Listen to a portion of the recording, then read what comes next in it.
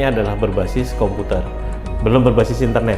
Belum. Kapan internet itu booming, internet itu sebenarnya dari 2000-an awal juga sudah booming, tapi kan kecepatannya tidak seperti sekarang. Menuju into digital ya. Nah, sekarang transformasi digital. Nah, di Samarinda ini sekarang ada 59 kelurahan digital. 59 kelurahan digital.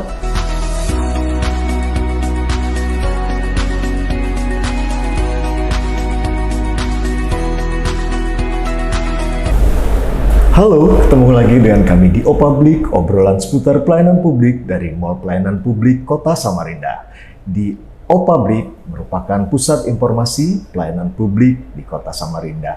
Dan langsung dari kawasan MPP Kota Samarinda, kita akan berbincang-bincang tentang digitalisasi transformasi digital di Kota Samarinda. Dan kali ini kita bersama seorang narasumber yang sangat menguasai tentang digitalisasi di Kota Samarinda. Beliau merupakan Sekretaris Kepala Dinas Komunikasi dan Informatika Kota Samarinda, Bapak Suparmin SEMM. Selamat datang Pak di Opablik. Terima kasih sudah meluangkan waktunya untuk bisa hadir di sini. Kita ngobrol-ngobrol santai saja hari ini Pak, tentang transformasi digital yang lagi semangat nih digencarkan untuk di Kota Samarinda. Itu kita langsung saja nih Pak. Siap. Kira-kira itu secara singkat itu gimana sih ceritanya kita mau bertransformasi ke digitalisasi? Ya, kalau sebenarnya kalau mau lihat sejarah panjang ya, artinya sejak berdirinya pemerintah Kota Samarinda ini, kita sebenarnya sudah go digital ya. We are trying to, kita mencoba untuk menuju digitalisasi. Karena kan sebenarnya komputer sendiri kan di pemerintah kota ini bukan sesuatu yang baru ya. Mungkin sekitar awal-awal 2000-an, waktu itu masih gencar istilahnya e-government, electronic government. Nah itu semuanya itu harus, waktu itu mindsetnya adalah berbasis komputer, belum berbasis internet. Kapan internet itu booming, internet itu sebenarnya dari 2000-an awal juga sudah booming, tapi kan kecepatannya tidak seperti sekarang. Kecepatan internet itu pada saat sudah 4G, itu baru yang kemudian dia mereplikasi sampai sekarang, yang kita sebut dengan industri 4.0. Nah itu kan startnya dari 2017 ke atas, dan itu seiring dengan pemerintah Kota Samarinda kemudian merubah nomenklatur perangkat daerahnya, salah satunya dengan membentuk unit khusus namanya Dinas Komunikasi dan Informatika. Nah itu periodisasi yang awal-awal, tapi di awal itu kita masih parsial. Jadi intinya di pemerintah Kota Samarinda itu sudah punya sistem informasi, sudah pakai internet, tapi kalau kita menyebutnya ya di dalam istilah teknologi itu namanya silo. Silo itu kan kalau di luar disebut dengan, kalau kita di Indonesia nyebutnya itu kayak barn, itu apa ya? Lumbung, benar, lumbung. Jadi kita analogikan data itu seperti yang disimpan di dalam masing-masing lumbung itu tadi. Belum bisa saling terhubung. Waktu itu kan DPMP-TSP mungkin masih PTSP sama Dinas Badan Penanaman Modal ya. Masih terpisah. Kemudian basis datanya berdiri sendiri-sendiri. Nanti pada saat sudah bergabung, kemudian bisa mengakses basis data yang lain, bahkan kemudian sekarang bisa terintegrasi dengan nasional. Nah, tapi yang mau saya ceritakan adalah di Samarinda ini tonggak pertama itu sudah di-set sejak yang untuk tadi yang menuju into digital ya. Nah, sekarang transformasi digital. Nah, itu yang serius benar-benar kebijakannya. Kemudian itu atas willing yang kuat dari pimpinan, dari kepala daerah terutama, itu di periode pertama Bapak Andi Harun. Di periode pertama itu katalisnya adalah COVID-19. Mendorong itu digitalisasi semua. Di era itu yang tidak digital kan, ya dia survive, tapi mungkin tidak lebih survive dari yang digital. Nah, transformasi itu kita PNS semua dipaksa untuk pertemuan berbasis daring ya, online. Kita menggunakan Zoom Meeting, menggunakan Google Meet dan lain-lain. Kemudian aplikasi-aplikasi seperti anak-anak sekolah pakai LMS, Learning Module System. dan lain-lain. Kita di pemerintahan juga dipaksa. Pertama kali saya ingat itu 2021 itu pertama kali kita sebenarnya implementasinya sudah sebelumnya, tapi penggunaan tanda tangan digital itu signifikan sekali penggunaannya di 2021-2022 di periode-periode awal wali kota. Karena kenapa tidak mungkin lagi penandatanganan surat menyurat itu harus tanda tangan basah. Itu yang pertama. Kemudian di periode awal itu wali kota fokus untuk membenahi layanan dasar. Jadi di Samarinda ini sekarang ada 59 kelurahan digital. 59 kelurahan digital dan 10 kecamatan digital. Itu sudah settle, sudah established. Bisa diartikan 10 kecamatan, seluruh kecamatan berarti? Seluruh kecamatan. Dan 59 kelurahan itu sudah kelurahan digital. Nah, itu dimulai dari mana? Yang pertama, kita punya di depannya namanya Super App. Yang kita sebut Samagov. Itu bisa diakses di samagov.id. Nah, di dalam samagov.id itu kemudian ada layanan untuk kelurahan digital, kecamatan digital, bahkan RT digital. Kita juga sedang empowering para RT, ketua RT itu. Ada beberapa yang kelurahan yang sudah jalan, itu Pak RT-nya bahkan surat keterangannya itu menggunakan RT digital. Kita sebutnya Smart RT. Nah, itu sudah integrate di dalam satu super app tadi. Back-end-nya di kelurahan itu tidak perlu lagi orang datang secara fisik. Kalaupun datang secara fisik, itu dia sudah punya data di dalam sistemnya. Dan kemudian lurahnya tanda tangannya menggunakan tanda tangan elektronik yang disediakan oleh Badan Siber dan Sandi Negara. Jadi dipastikan ya BSSN kalau mengeluarkan balai sertifikasi namanya BSRE di bawah Badan Siber Sandi Negara. Dan itu semua kalau ditanya dasar hukumnya semuanya kuat karena tanda tangan digital ini kan ada dasar hukumnya. Nah, itu yang established di tahap pertama ini. Dan juga bukan cuma itu, kalau teman-teman sekarang main ke kelurahan, wajah kelurahan itu ada yang namanya ruang layanan publik. Itu sama seperti di konsepnya ya, sama seperti di bank. Kalau kita masuk umpamanya Bank Mandiri, itu di mana-mana sama itu ruang layanannya. Standar. Nah, kemudian ruang layanan Bank Katimtara, mau di sini ya, mau di Hulu Mahakam sama depannya itu seperti gitu. Nah, kita menstandarisasi itu dan ini ya atas perintah wali kota, bukan kami ya di Kominfo. Jadi itu sudah 59, mungkin ada beberapa yang sedang renovasi, tapi tahun ini dipastikan itu selesai. Nah, 2025, 2030 ini adalah masuk fase kedua. Nah, fase kedua ini kita akan kan 5 tahun nih panjang. Nah, 5 tahun itu kemudian kita akan menyelesaikan masalah yang ada di perangkat daerah. Tadi kan yang paling basic ini. Paling basic itu kelurahan, kecamatan ya. Sekarang kita masuk ke ke perangkat daerah. Nah, perangkat daerah ini kita sudah mapping. Kita punya namanya arsitektur SPBE. Arsitektur Sistem Pemerintahan Berbasis Elektronik atau e-government ya di masa lalu itu. Kemudian dari situ kita bikin quick win. Nah, 2025 ini quick win-nya adalah ada 3. Ini permintaan langsung dari kepala daerah, Pak Wali. Yang pertama kesehatan.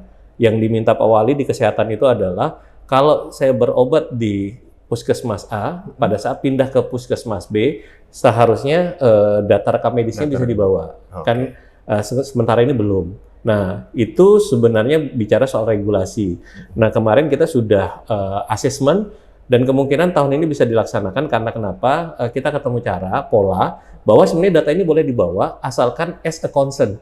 Jadi si pasiennya itu atas concernnya dia, kemudian si dokter yang di tempat kita nyebutnya FKTP ya, fasilitas kesehatan tingkat pertama tadi bisa membaca walaupun bukan rujukan awalnya. Nah, ini sudah ketemu polanya. Yang penting kan di dalam sebenarnya kalau kita bicara transformasi digital, yang kita benahi pertama itu tata kelolanya. Tata kelolanya dulu, tata kelolanya dapat. Kemudian yang kedua pendidikan. Nah, dari pendidikan ini kita akan memperbaiki data GTK, data guru dan tenaga kependidikannya. Lebih ke data pengajar. Data pengajar, guru, tenaga kependidikan itu berarti kan termasuk yang penjaga sekolah, administrasi dan lain-lain. Karena kan di dalamnya itu nanti ada insentif, ada ini kan dalam rangka meningkatkan kualitas ya. Biasanya kan ada reward ya, insentif dan lain-lain. Nah itu saat ini mungkin datanya masih ada duplikasi, tidak update, yang meninggal, yang ini. Kalau yang di negeri mungkin datanya bisa langsung kita synchronize dengan data Simpek dan data MyASN di Badan Kepegawaian Nasional, Badan Kepegawaian Negara. Nah, tapi kalau yang swasta, nah ini yang harus diupdate. Dan ini kan kalau ke Kemendikbud ya sekarang ya. Kemendikbud itu kan berarti pakai data apa ya? Di sana itu ada basis datanya juga yang kalau itu. Nah, ini kita mau diintegrasiin. Nah, yang terakhir ini challenge yang ketiga itu adalah PBG. Terkhusus tuh ya? Iya, PBG. Khusus langsung ke izinnya ya? PBG ini kan kita sudah beberapa kali rapat juga ya, termasuk dengan teman-teman dari DPM PTSP. Jadi, iya, kita harus akui ya ada masalah di situ. Cuman masalahnya itu seringkali bukan hanya soal sistem. Sistem tuh gampang sekali. Kita bikin aplikasi itu mungkin dengan kecanggihan teknologi sekarang, dengan AI ya, bahkan orang yang tidak punya kemampuan coding pun dengan AI itu bisa bikin aplikasi. Asal promptingnya bener ya, itu bisa bikin aplikasi yang minimal CRUD, create, read, update, delete, itu bisa di situ. Nah, tapi permasalahannya kan tata kelolanya. Nah, ini kan ada banyak perangkat daerah, ada dinas DPM PTSP ya, Dinas Penanaman Modal Perizinan Terpadu Satu Pintu, yang kemudian mengawali dengan OSS-nya, One Single Submission-nya. Kemudian dia harus pindah ke aplikasi lain yang di bawah Kementerian PUPR, yang itu kemudian kalau di sini representasinya concurrent-nya itu dengan Dinas PUPR. Nah, kemudian di dalam Dinas PUPR sendiri ada tim TPA, ada tim teknis internal yang menginputkan di PBG-nya, SIMBG, kemudian yang memberikan rekomendasi teknis.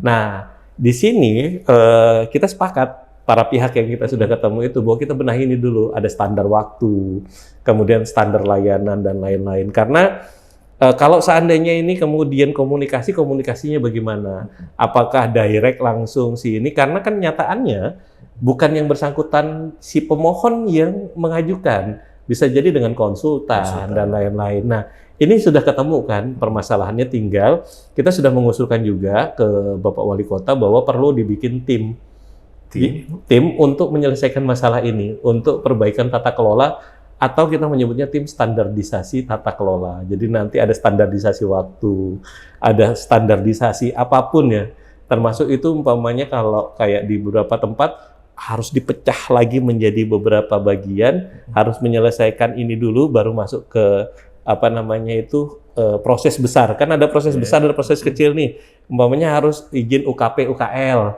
Nah, berarti kan ini proses kecil lagi nih, harus ini lagi. Jadi kalau kita bikin sistem formasi itu kita harus paham banget tata kelolanya. Nah, ini yang mau diselesaikan.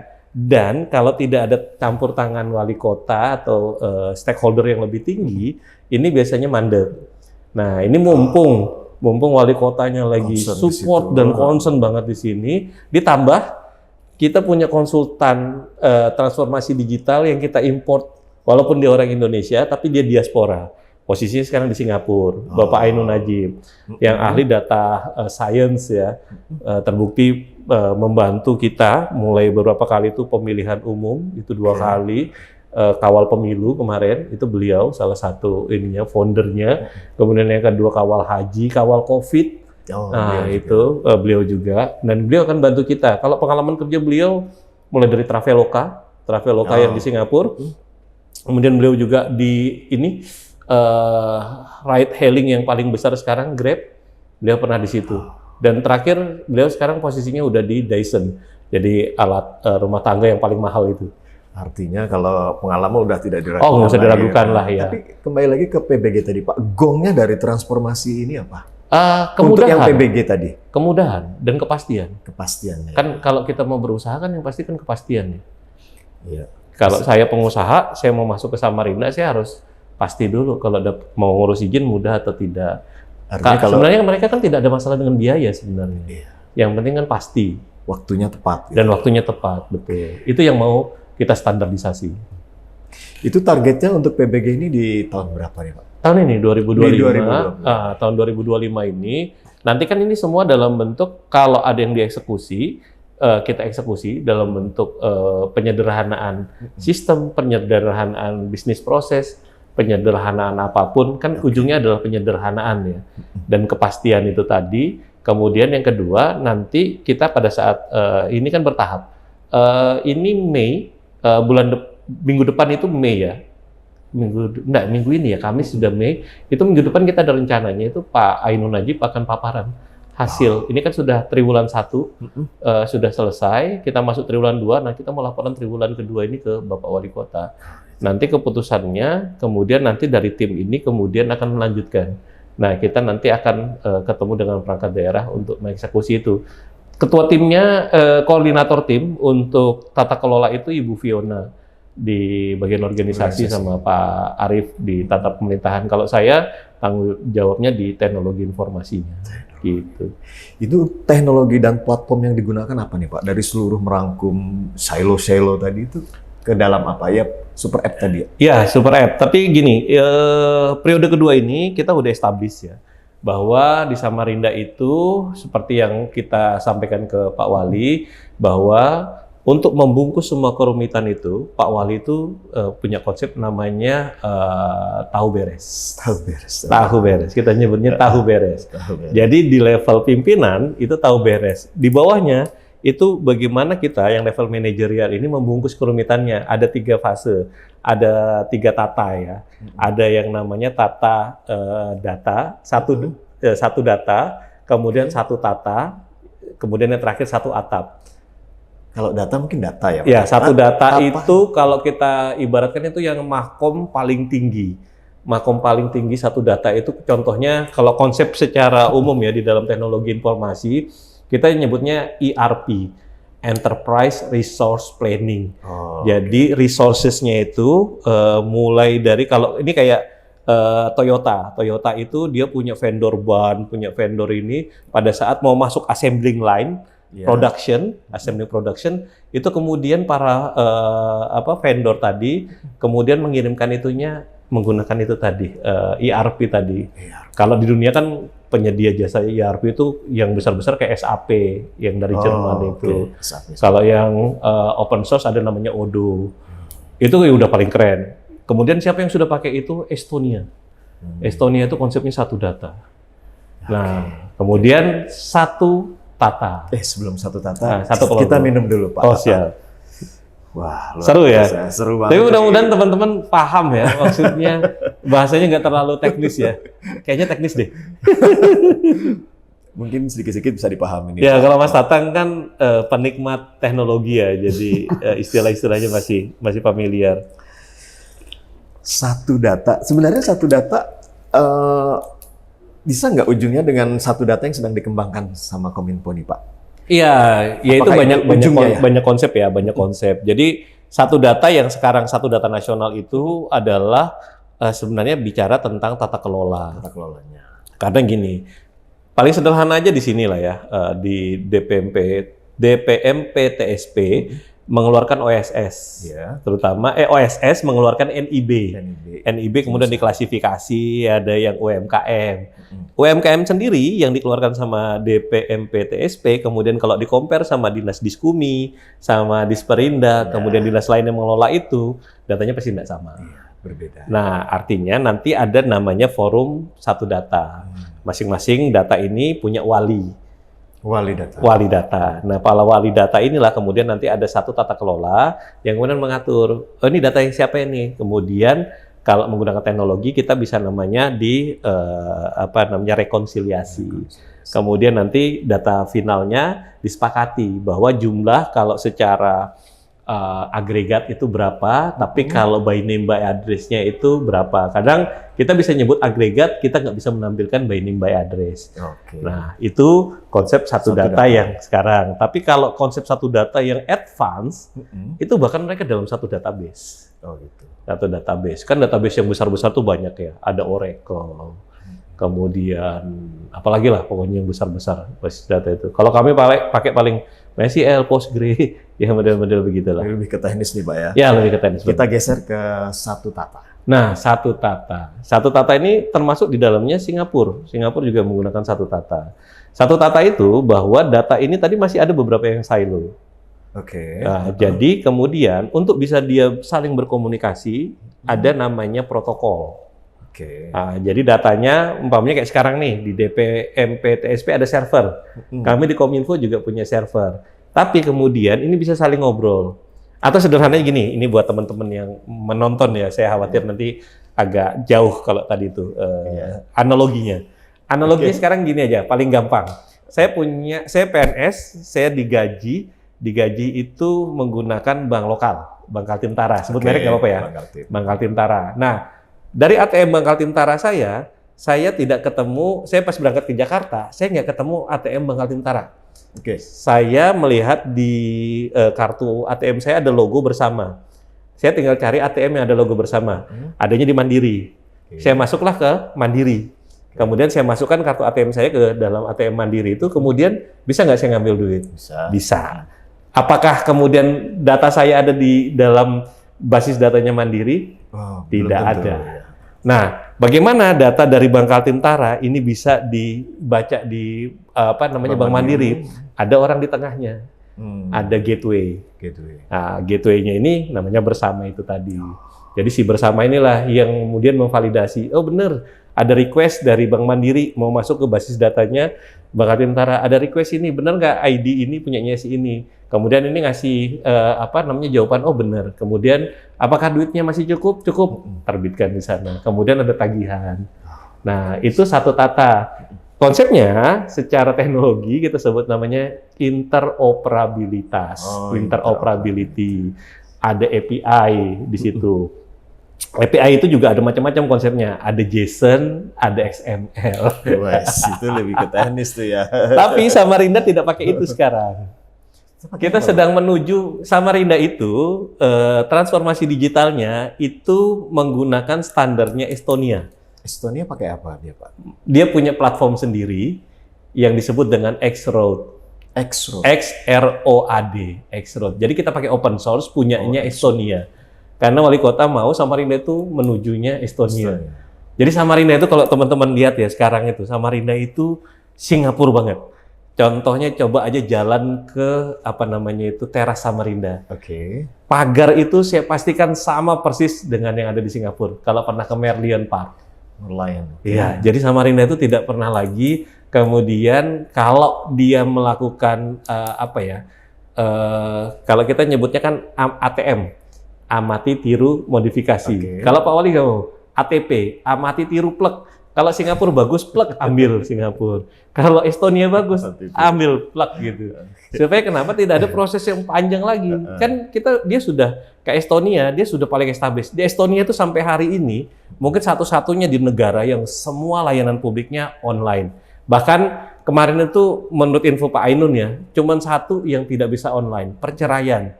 Dan update saya baru dapat dari Pak Ainun beberapa bulan ini, perceraian sudah bisa dilakukan secara online, mulai dari submit sampai keluar akta cerai. Semuanya tidak pernah ketemu secara fisik, semuanya online. Cuman Estonia itu sama kayak Samarinda, jumlah penduduknya 1 jutaan, 1,5 kalau nggak salah. Jadi kenapa kita pilih Estonia? Karena look like, wilayahnya juga mirip, jumlah penduduknya juga mirip.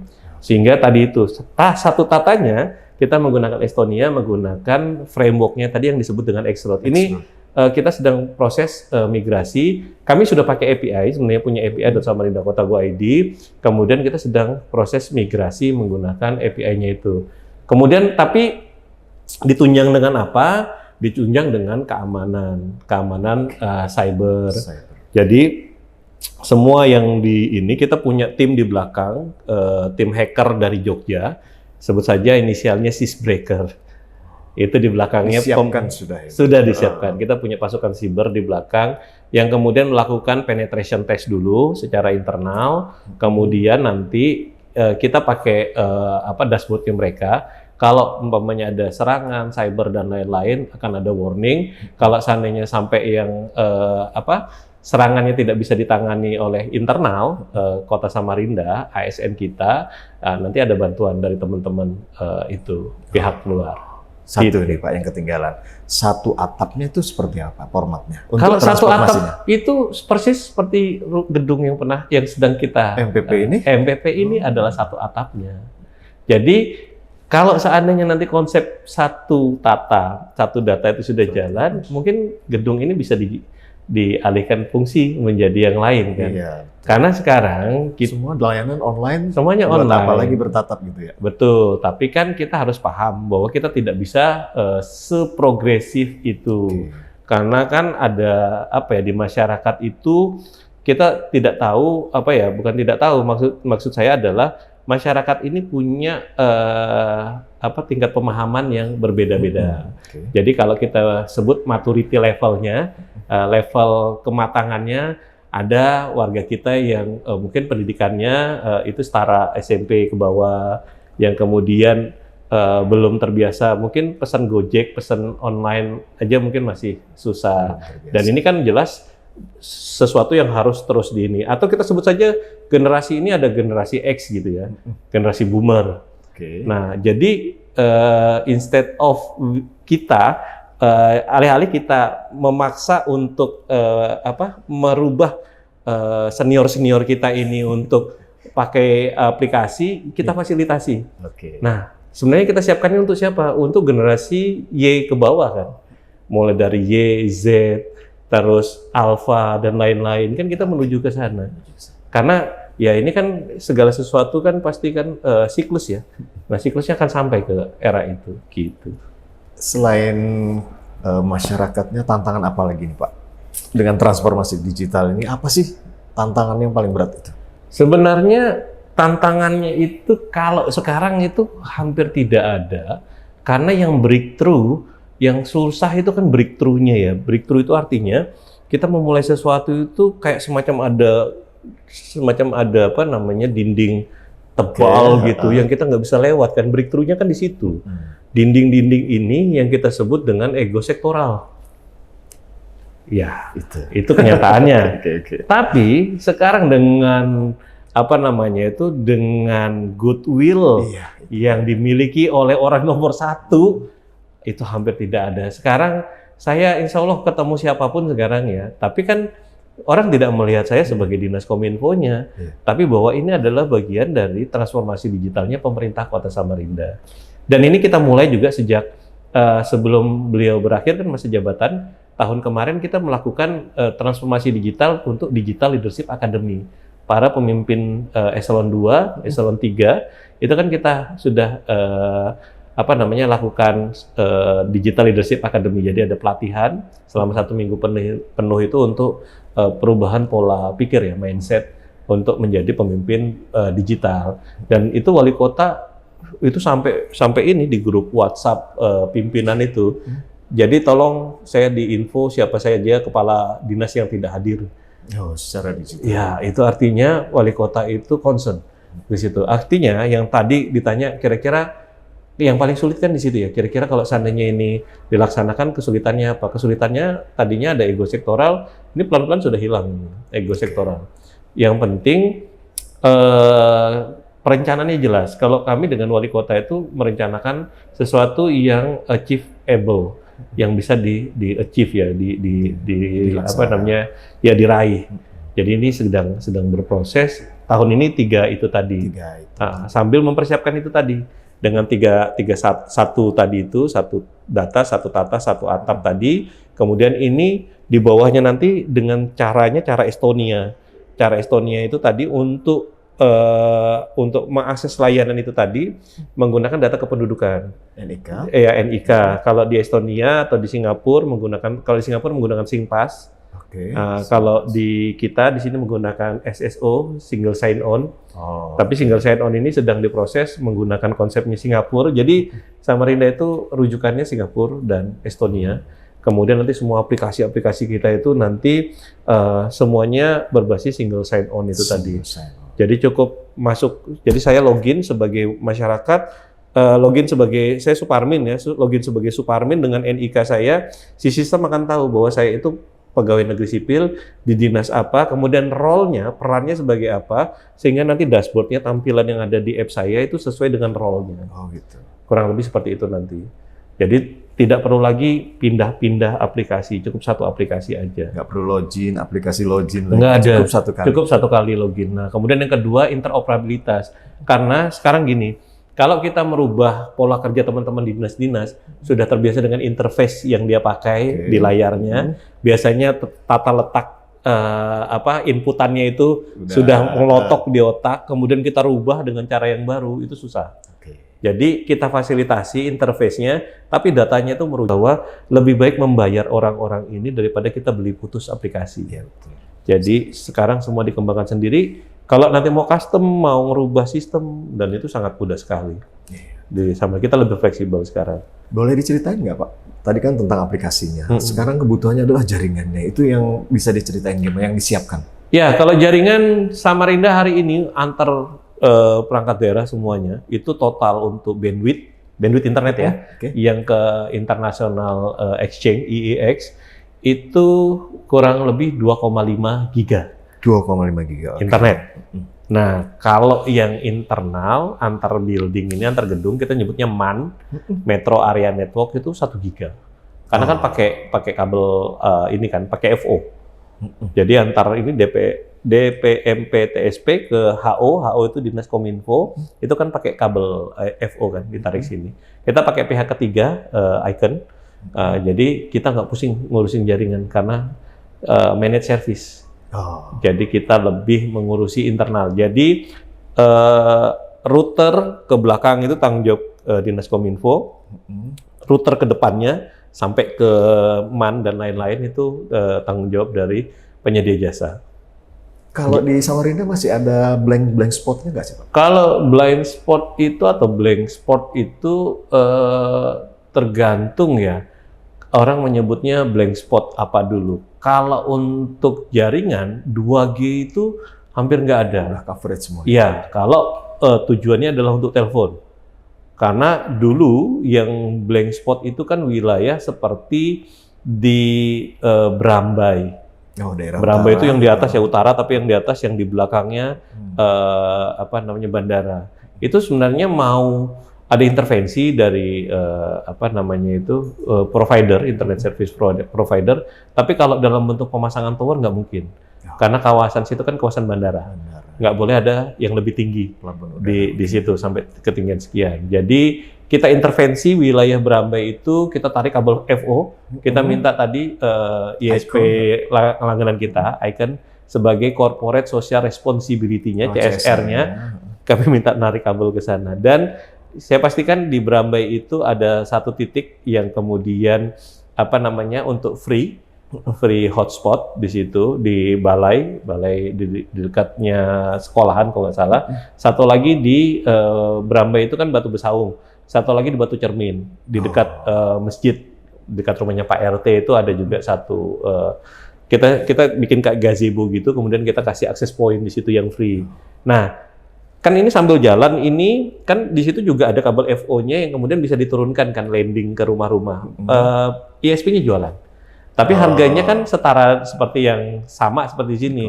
Ya, tadinya kan nggak bisa belanja itu karena tidak ada yang mau investasi pasang tiang. Nah, ini sudah ada tiangnya, sudah ada kabelnya, jadi orang bisa bisa merasakan internet walaupun beda provider.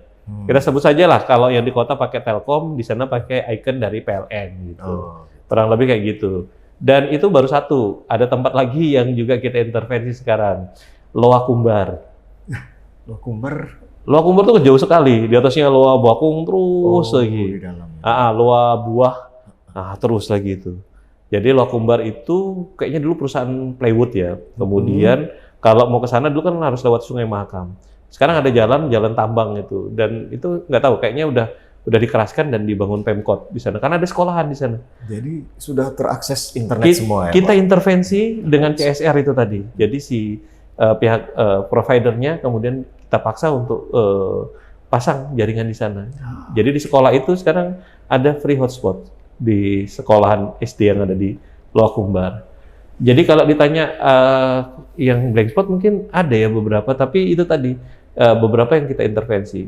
Kami juga mau cek di Bantuas, apakah di Bantuas itu juga nanti ini karena sekolah-sekolah sih terutama yang mau kita intervensi ya. Jangan sampai tidak ada akses internetnya. Mungkin gitu.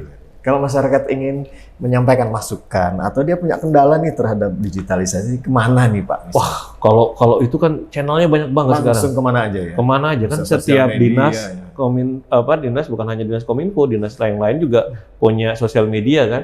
Bisa di kolom komentar, bisa DM. Kalau di Kominfo atau di Pemkot Samarinda, akun sosial medianya itu saya pastikan pasti ditanggapin karena saya tahu persis kan ada grupnya dan itu setiap kali ada DM masuk itu pasti langsung di forward ke sana. Terus ada Span Lapor, SP4N Lapor, itu ada aplikasi SP4N Lapor ya yang itu resmi di bawah Kementerian Pan RB. Kemudian ada juga saya lupa nomor teleponnya di Span Lapor itu dan ada email dan lain-lain. Kalau di Samarinda ini juga kelurahan, kecamatan punya sosial media sendiri-sendiri. Jadi bisa lewat saluran manapun. Ya bahkan ada juga kan yang lewat akun sosial media publik ya, yang lagi rame di Samarinda, umpamanya Samarinda apa itu, ya juga tetap ditanggapin. Ya kita tanggapin di situ tuh Pak sebenarnya. Iya, komenan masuk di situ gitu ya. Semua. Oh, jangan salah. Wali kota itu bisa di-screenshot, kemudian langsung dikirim ke itu di grup. Ya, tolong tanggapi, terutama kayak kemarin mau lebaran, habis lebaran itu ada sampah di mana-mana. Oh, itu langsung Pak Wali itu concern banget itu. Langsung di-screenshot, langsung besok itu hilang langsung. Nggak perlu besok. Sore itu juga langsung diproses gitu. Jadi buat masyarakat yang jangan ragu kalau ada kendala silahkan kemana aja silakan salurannya atau telepon 112. Nah ini nih apa itu Pak? 112 itu nomor panggilan darurat. Tapi nomor panggilan darurat ini tidak melulu harus darurat kan. Jadi bahkan sekarang itu yang paling banyak itu bukan soal kebakaran. Karena 112 itu paling sering sekarang itu digunakan untuk ambulan. Jadi orang butuh ambulan. Kemudian kita nanti koordinasi dengan PSC 119-nya Dinas Kesehatan. Kalau memang nggak ada, kita akan koordinasikan ke relawan. Atau kalau seandainya itu emergensi banget, bahkan ambulannya 112 standby, dia yang jemput. Itu yang masih nomor 1. Nomor 2, macam-macam ular, penanganan hewan. Iya, dengan pemadam, dengan relawan. Kan ada relawan juga kan di Samarinda. Samarinda ini relawan apapun ada. Banyak Samarinda. Jadi kami di pemerintah kota melalui 112 itu merangkul semua pihak itu tadi, stakeholder. Iya, dan 112 itu tadi juga akan meneruskan semua apapun informasinya. Karena call taker-nya itu kurang lebih setiap kali shift kan dia 24 jam. Jadi sekarang ini shift pagi, karena shift pagi itu jam 8 sampai jam 4 sore. Nanti shift 2-nya jam 4 sore sampai jam 12 malam. Shift terakhirnya shift 12 jam 12 malam sampai jam 8 pagi. Jadi kapan aja bisa. Kapan aja ada, dan saya pastikan ada 4 orang yang jaga itu. Jadi nanti yang standby itu kemudian akan meneruskan. Ya kita juga koordinasi ya dengan yang lain-lain seperti PLN. Paling sering juga laporan itu ngisi token listrik itu sudah diinput tapi nggak masuk. Nah itu nanti kita bantu untuk meneruskan. Ya walaupun ada 1, 2, 3, ada My PLN, tapi kan itu tadi ya. Pemahaman masyarakat kan beda-beda ya. Jadi karena dia sudah masuk channelnya 112, ya kita bantu koordinasi dengan teman-teman di PLN. Karena kalau kita paksa lagi, Bu, nanti tolong ini Ibu buka dulu handphonenya, kemudian install aplikasi ini. Nah itu kan pasti panjang prosesnya. Masyarakat itu maunya solusi kan. Ya, mau saluran apapun, intinya dia yang diharapkan ada solusi. Nah itu yang kita provide, kita sediakan. Oke Pak. Gitu. Untuk mendorong transformasi digital nih Pak, kita geser ke kependidikan yang ada di Kota Samarinda itu kira-kira bisa menangkap nggak itu Pak? Ya, Samarinda ini perguruan tinggi yang ada gitu. Samarinda ini kalau dibanding kabupaten kota lain di sekitar Kaltim, kita surplus. Oh gitu. Iya, yang penghasilnya kan sekarang banyak ya, ada Mula Warman. Universitas Mula Warman itu ada fakultas, sekarang di teknik ya, di fakultas teknik ada teknik informatika, ada sistem informasi. Saya kebetulan pengajar di sistem informasi. Di Unmul. Di Unmul. Ya mahasiswanya saya suruh ke kantor belajar, jadi kan lebih bagus gitu ya, kantor Diskominfo jadi labnya mereka gitu kan.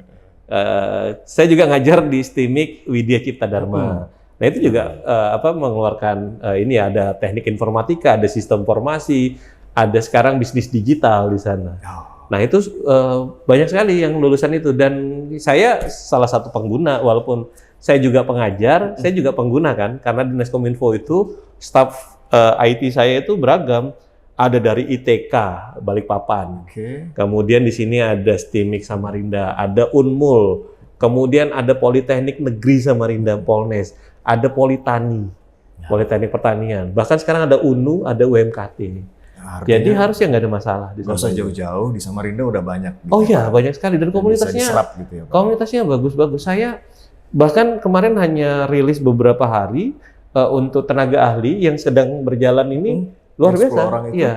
Pak? 10 orang itu saya nggak kesulitan sekarang. Oh, langsung. Atau gini aja, umpamanya ada teman-teman pelaku usaha ya, mau cari programmer, hubungi aja teman-teman di DPM PTSP atau hubungi kami di Dinas Kominfo, cari programmer 10 orang, nanti saya yang carikan. Oh, ya. Saya pastikan ada di Karena Samarinda. emang dunianya kan ke sana tuh, Pak. Jadi, Iya, intinya kan kalau kita mau develop sesuatu dan lain-lain kan kita butuh itu ya, anak-anak yang punya kemampuan coding, anak-anak yang kemampuan untuk analisis ya, untuk bagaimana kemudian membuat solusi berbasis teknologi informasi. Saya pastikan di Samarinda ada, dan kemudian di Samarinda ini juga kompetisinya juga bagus. sehat Saya ya. saya sudah mengadakan 4 kali hackathon, hacking marathon. Oke. Dan itu selalu ramai. Oh, Jadi kalau di Samarinda ini termasuk, kalau menurut saya surplus ya, walaupun tidak surplus amat, kemudian kemampuannya, tapi tidak lebih jelek. Secara nasional kita itu ya rata-rata. Jadi kalau mau diadu mungkin kita punya 2 atau 3 orang yang kemudian skalanya itu saya pastikan kalau dia ditaruh di Jakarta, diadu sama anak-anak Jakarta, ya, bisa. wah udah. Bahkan ya saya punya mantan dulu pernah kerja di Kominfo, kemudian sekarang sudah keluar dan freelance, mengerjakan pekerjaan-pekerjaan yang dari luar, terutama fintech itu kan banyak dari kliennya dari Singapura, Malaysia. Jadi perusahaan-perusahaan peer-to-peer lending, kripto dan lain-lain itu anak-anak Samarinda W3 itu W3 itu udah bukan Sudah. sesuatu yang baru ya. Oke. Gitu ceritanya. Dengan rentang 5 tahun ke depan nih, Pak, jangka panjangnya itu kemana sih kita nih? Kalau ke depannya 5 tahun ini, kalau ini selesai semua, Iya. Samarinda itu akan kayak Estonia. Estonia. Semuanya berbasis teknologi informasi. Kalau semua berbasis teknologi informasi, segala sesuatu itu bisa diprediksi. Oke. Ya, Waktu, kemudian biaya jelas. Gitu. ya, jadi kita bisa kemudian mengenhance ini. Kalau teman-teman lihat ya, pesawat itu kayak pesawat terbang dan lain, sistem tiketing sekarang itu polanya sama. Pada saat low season, dia akan diskon gila-gilaan. Pada saat peak season, harganya otomatis naik. Itu bukan manusia yang ngambil keputusan, itu sistem. Nah, kalau nanti kita punya basis data yang sangat banyak, kemudian nanti kita melakukan data scientist ya, data scientistnya kemudian melakukan data analitik, kemudian kita punya machine learning untuk belajar itu sampai nanti kemudian ada pengambilan keputusan, entah nanti ujungnya adalah AI dan lain-lain. Nanti suggest ke pemimpin itu pengambilan keputusannya saya pastikan berbasis data. Nah, itu artinya iya, sekonkret itu nanti ke depannya, bahwa nanti pengambilan keputusan berbasis data itu akan kemudian menciptakan pengambilan keputusan yang efektif, efisien. Jadi banyak hal-hal yang nanti kemudian bisa diraih, opportunity baru gitu. Ngeri ya? Seru gitu, dan separuh teknis gitu pembicara ya. Kita beruntung banget sama Rinda, kita punya Pak Parmin nih, karena beliau udah malang melintang di dunia digital. Pak, ini terakhir nih, pesan dan harapannya pemerintah Kota Samarinda terhadap pengguna layanan digital nih, Pak. Ya, kalau untuk penggunanya buat masyarakat ya, bahwa perubahan platform itu bukan sesuatu yang susah. Itu dulu. Bahwa kita berpindah platform itu kayak kita pakai hari-hari. Bapak Ibu bisa balas WA, bisa nonton YouTube, ya kan? Itu sesederhana itu harusnya. Jadi tidak ada sesuatu itu yang sulit. Tinggal bagaimana kita merubah kebiasaan dari A menuju ke B gitu. Ya, cuman kan tetap aja ya ada kekurangan. Namanya sesuatu yang baru itu nanti pasti ada yang kita sebut dengan kegagapan. Nah, kita pasti gagap awalnya. Pada saat kita merubah ini, kita akan bingung, ini bisa atau enggak. Tapi nanti pada saat itu sudah kita lakukan, harusnya udah enggak, bukan masalah lagi.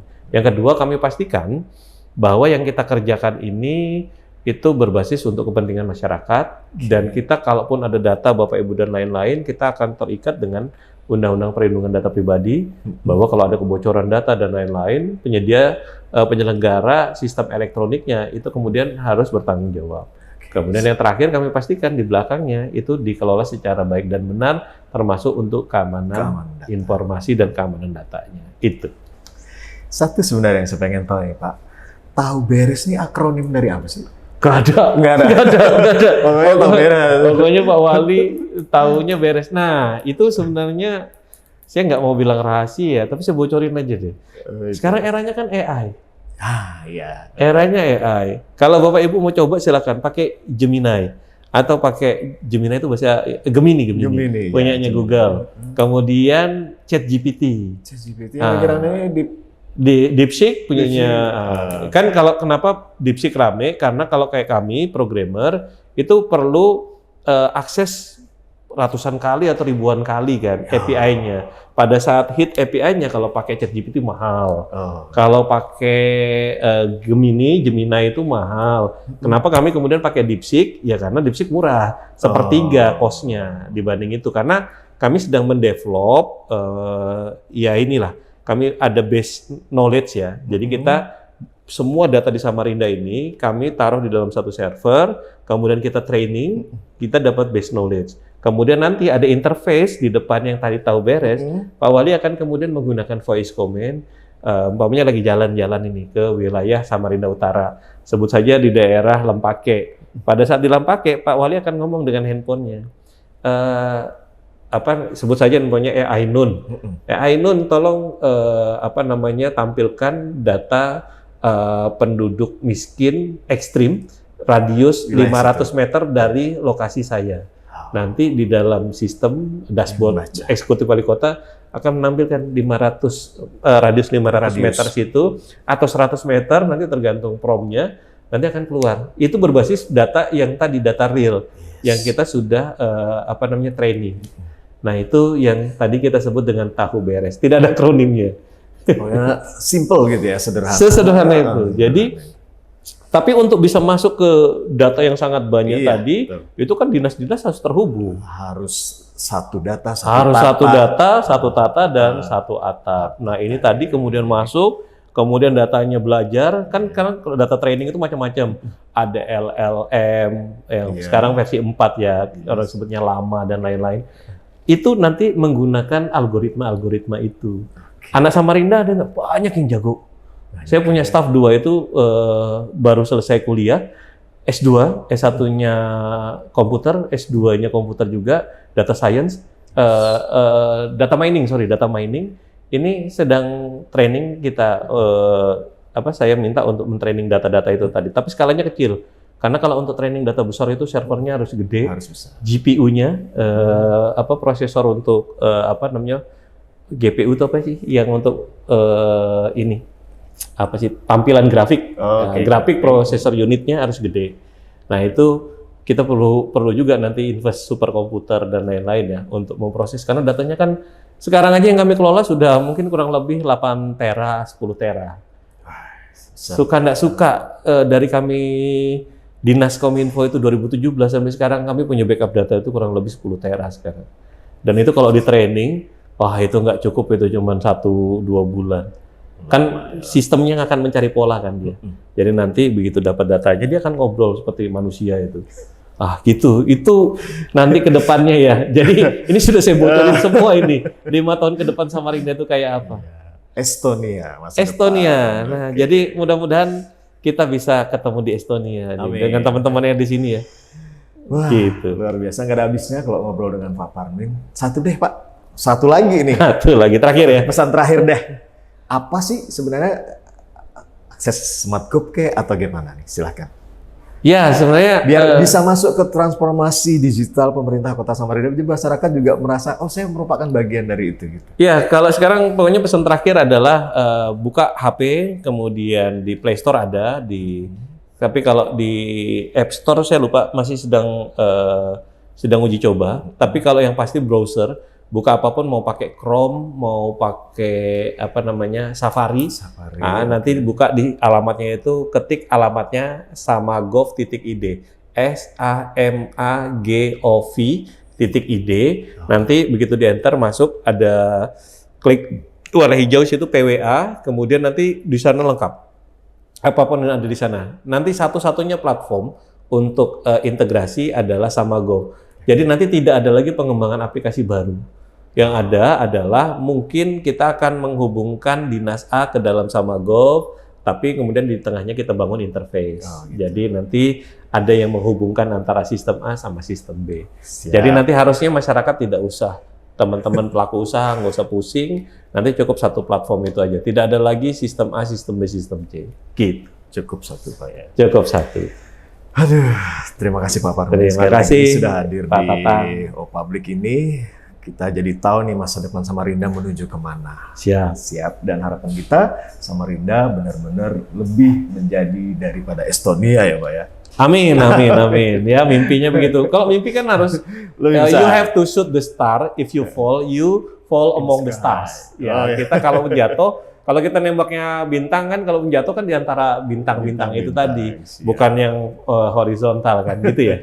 Gitu. Terima kasih. Terima kasih. Demikian obrolan kita dengan Sekretaris Dinas Kominfo dan Informatika Kota Samarinda, Bapak Suparmin S.E.M. Eng.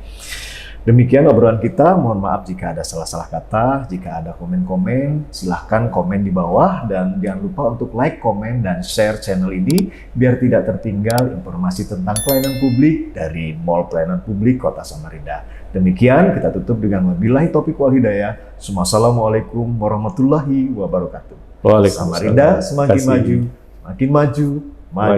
Maju.